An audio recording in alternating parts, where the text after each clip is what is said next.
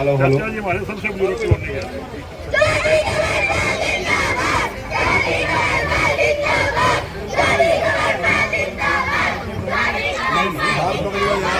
Hello hello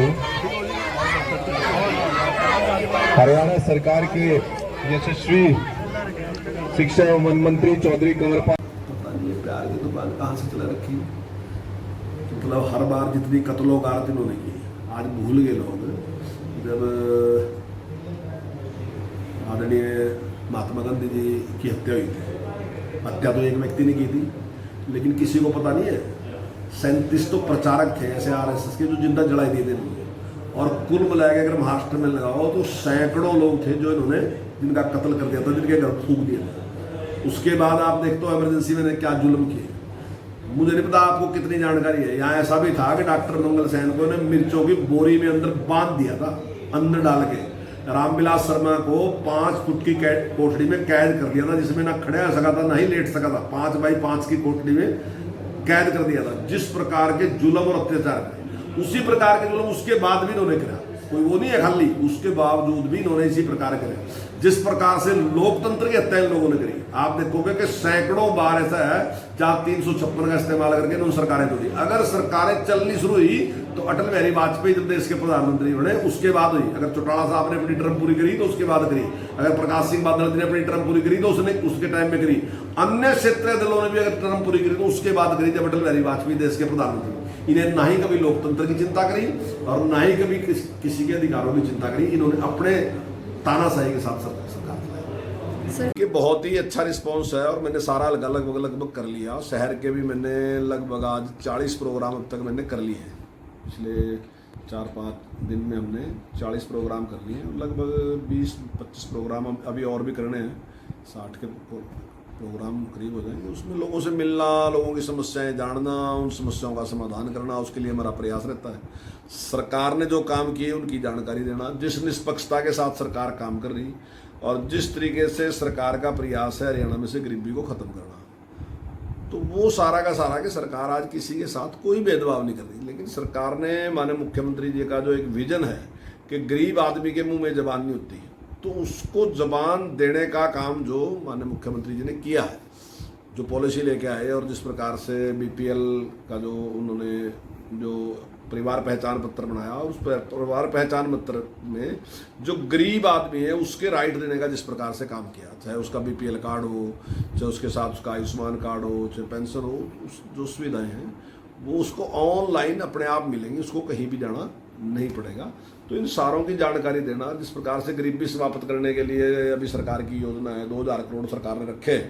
तो आने वाले टाइम में जिन लोगों की आमदनी 1 लाख से भी कम है, उनको किस प्रकार से, हमारा एक टारगेट है कि इस 1 साल में 2 लाख परिवारों की आमदन जो है वो बढ़ा के उनको गरीबी रेखा से बाहर निकालने के लिए काम करेंगे। तो उस सारे की जानकारी देना ताकि लोग आने वाले टाइम में उसका लाभ उठा सकें। लेकिन जो जिस प्रकार से मैंने बिना किसी भेदभाव के काम किया, जो बात नरेंद्र मोदी जी ने कही, सबका साथ, सबका विकास, सबका विश्वास, हम उस पर ही चलना चाहते हैं, उस पर ही काम करेंगे। जैसे माननीय मुख्यमंत्री जी ने कहा हरियाणा एक हरियाणा, उस पर हम काम करेंगे, पारदर्शिता के साथ काम करेंगे, किसी के साथ कोई भेदभाव ना हो, इस पर काम करेंगे और डेवलपमेंट ज़्यादा से ज़्यादा हो जिस प्रकार से हम कर रहे हैं, ताकि लोगों की समस्याओं का समाधान हो और जिस व्यक्ति का अधिकार है उसको कोई छीन ना सके और जिसका नहीं है उसको मिलना चाहिए, जिसका जो राइट है वो उसको मिलना चाहिए। इसके लिए ईमानदारी से काम करेंगे। एजुकेशन में जिस प्रकार से हमने परिवर्तन किया, हमने 245 बच्चे IIT में आए आज हमारे, और आने वाले टाइम में जिस प्रकार से हम टीचरों की भर्ती कर रहे हैं, मैं दावे के साथ कह रहा कि आने वाले टाइम में मैं आपको दिखाऊंगा कि जो संपन्न वर्ग है, जिसने बिल्कुल सरकारी स्कूल को तिलांजलि कर दे दी थी, छोड़ दिया था, उसकी तरफ मुंह नहीं करा था, लेकिन मैं आपको भी दिखाऊंगा कि आने वाले अगले साल में खूब अच्छे खासे संपन्न वर्ग के लोग भी सरकारी स्कूल में एडमिशन लेंगे।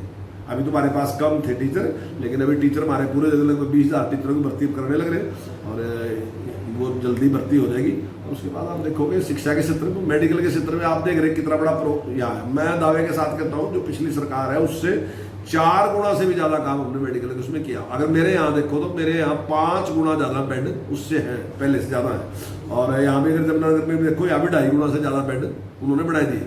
तो अगर सारे जिले का आप देखो तो 3 गुना से ज़्यादा बेड हमारे यहाँ आज व्यवस्थित है। अगर हम ओपीडी भी देखा तो जहाँ यमुनानगर की ओपीडी 800 थी, आज उसी यमुनानगर की ओपीडी आप 2400 से ज़्यादा है, यानी कि 3 गुना ज़्यादा है। तो हम हर क्षेत्र में जो है वो जिस प्रकार से करेंगे उसको मिलेगा। ज़बरदस्त है और आप देख सकते हैं कि हमने पन्ना प्रमुख भी लगभग बनाएंगे और मैं समझता हूँ अगले मास तक हम सारे के सारे प्रोग्राम पूरे कर लेंगे। हमने हर विधानसभा में पन्ना प्रमुख बनाएंगे। अब पन्ना की भी हम समिति तक जाने का प्रयास करेंगे। तो पन्ना प्रमुख बनाना भी एक बहुत बड़ी बात है। एक पन्ने में 60 वोट होते हैं, 60 वोट में हमने एक आदमी को, एक कार्यकर्ता खड़ा कर दिया तो ये कोई कम उपलब्ध दिन लगभग 12 परिवार एक पन्ने पे होते हैं, 60 वोट होते हैं। उन 12 परिवारों में से हमारे पास एक कार्यकर्ता है, वो उस परिवार से संपर्क करेगा, सरकार की क्या उपलब्धि है वो बताएगा, उनकी जानकारी देगा। मैं समझता हूँ हमारा संगठन बहुत मजबूत है, क्योंकि बीजेपी जो है वो संगठन में चलती है, व्यक्ति में नहीं चलती। कांग्रेस व्यक्ति में चलती है। आज उनके पास जो व्यक्ति है अगर वो उस व्यक्ति को वहां से बदल देंगे तो कांग्रेस शून्य पे आगे खड़ी जाएगी। वो व्यक्ति से चलने वाली पार्टी, हम व्यक्ति से चलने वाली पार्टी नहीं, बल्कि संगठन से चलने वाली पार्टी। ठीक है, उस संगठन में कई बार लोग इतने पॉपुलर हो जाएंगे, जैसे आदरणीय नरेंद्र मोदी जी हैं, बहुत ज्यादा पॉपुलर रहेंगे, लेकिन आमतौर पर हम मतलब कार्यकर्ता में हम काम करते हैं। हमारा कार्यकर्ता ही हमें सत्ता तक लेके आता है। बात बताई दे, जो दिक्कत हो, सड़क नहीं ठीक है, सड़क नहीं चाहिए या कोई और समस्या बताए। इसका कारण ये है कि अगर जिक्र होता रहेगा ना तो कुछ चीज़ें याद रहेंगी, और याद रहेंगी तो कुछ ना कुछ काम हो भी जाएंगे। अगर मान लो समस्या की नहीं पता, फिर तो समाधान का तो कोई प्रश्न नहीं होता। मैं आज एक मेरे वैसे दिमाग में आएगी, आज मैं अपनी पुरानी बात सुना रहा है। मैं ससौली से मिलने बना 2000 में, और मेरे से वहाँ पुलों की बड़ी समस्या है। हालांकि तुम्हारा लगा एक है, पर आपने पता नहीं है उस समस्या का, और दूसरे लोगों ने भी नहीं पता है, जो पहाड़ के नजदीक हो उन्हें ज्यादा समस्या का पता है इसका। तुम्हारे यहाँ 5 पुल थे बने, जो मेरा ख्याल है 3 तो 78 के आसपास बने थे, सन 1978 में, और 2 उसके बाद बने, वो शायद 82-83 के आसपास बने। उसके बाद पुल ही नहीं बने। फिर मैं मिलने पड़ गया तो मैंने 10 पुलों की डिमांड रखी। चौटाला साहब की सरकार थी, सेंटर की एक योजना थी सड़क से सड़क जोड़ो, तो वैसे तो चौटाला बढ़ावन था करते पुल, तो मैंने 10 पुलों की डिमांड रखी। तो चौटाला साहब ने पूछा उससे, जो उसके साथ था, उसने कहा सर है स्कीम, तो मैं बुला लिया उन्हें, रेस्ट हाउस में आ जाओ। और बाद में मेरे से 9 पुल। नहीं, धर्म की राजनीति अगर किसी ने की तो धर्म की राजनीति कांग्रेस ने की, धर्म की नहीं की, विरोध की धर्म के की नहीं राजनीति। धर्म की तो राजनीति करनी चाहिए। किसने कहा धर्म की राजनीति की? राजनीति भी एक धर्म है, तो वो धर्म जो है वो नैतिकता है, देश के हित का है राजनीति, वो धर्म की राजनीति है। पर जिस प्रकार से इन्होंने कहा कि भाई एक आतंकवादी संगठन के साथ इन्होंने बजरंग दल को जोड़ दिया, तो हमने उसका विरोध किया। बजरंग दल एक राष्ट्रवादी संगठन है। कोई सिंगल एक घटना बताओ पूरे देश में बजरंग दल ने कोई आतंकी एक घटना बताओ जिसके कारण आप बैन लगाने की बात कर रहे हैं। तो इसलिए हमने विरोध किया है। क्यों कर रहे हैं आप उसको बैन? आप एक आतंकवादी संगठन को रोकने के लिए दूसरा जो राष्ट्रवादी संगठन उसमें बैन लगाने की बात करें, तो कुछ बताओ तो ना क्यों लगाने लगे। इसलिए हमने उसका विरोध किया। इसमें कोई तो मैं करता हूँ उसी हिसाब से बात। आपके परिवार से कोई फरियादी खाली आदमी नहीं होते, उम्मीद करके नहीं आए, विश्वास करके आए। नहीं, कोई बात नहीं, पूरा प्रयास करेंगे। दरअसल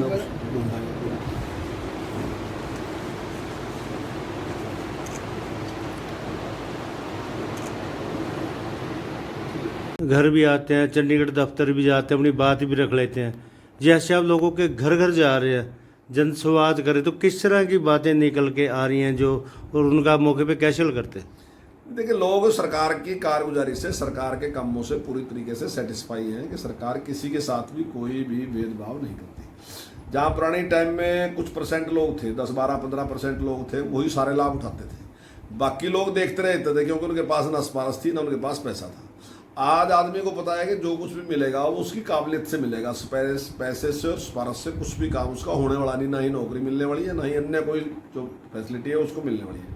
तो उसके बावजूद भी कुछ गली नाली के मामले भी हैं। वो आज हालांकि आज तो सरकार ने कर दिया कि पंचायतों को डायरेक्ट पैसा दे दिया, लेकिन उसके बावजूद भी कुछ ऐसे हैं जो हम भी अपने जो हमारे पास फंड होता है उससे भी हम जो करवाते हैं, तो वो भी काम अगर कुछ करते हैं तो कुछ काम उसमें से भी करवाते हैं कुछ। हालांकि अब तो काफ़ी फंड है। पिछली बार सरकार ने 1100 करोड़ रुपया पंचायतों को सीधा सीधा दिया, अब की बार भी 2400 करोड़ रुपये सरकार देने वाली है जल्दी पंचायतों को। तो जितना पैसा पहले मिला था उससे दुगने से भी ज़्यादा पैसा पंचायतों के खाते में जाने वाला है।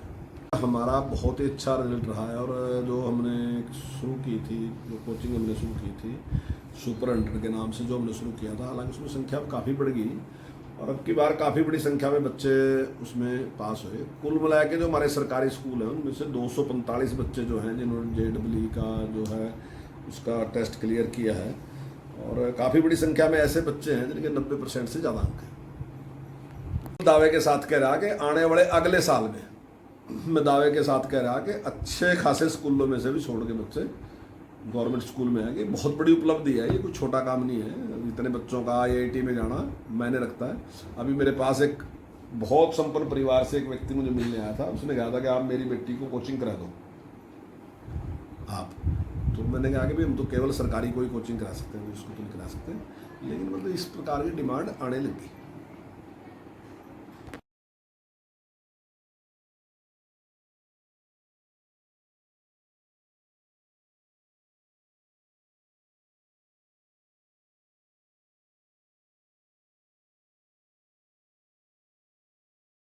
बच्ची है हमारे यहाँ से 60% ब्लाइंड है, Kashish Saini, daughter of Bhupendra Saini, Raipuran street Jagadhri से है वो, और वो पूरे हरियाणा में सेकंड रही है और बहुत अच्छी उपलब्धि है मैं समझता हूँ। मैं आज उस बिटिया से मिला भी था, कल परसों मेरी उसके साथ बात भी हुई थी, और थोड़ा घर की पोजीशन जो है थोड़ा टाइट है, तो मैंने 1 लाख रुपए की घोषणा भी की है उसको देने की, हम उसकी पूरी मदद करेंगे। मैंने बिटिया से कहा है कि पढ़ाई के मामले में अगर कहीं भी मेरी ज़रूरत पड़ेगी तो निश्चित तौर से मेरे पास आए और मैं उसकी मदद करूँगा।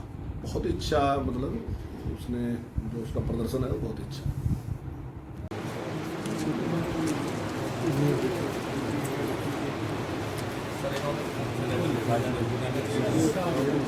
हमने अभी इसी तरीके से आपकी बात रखी।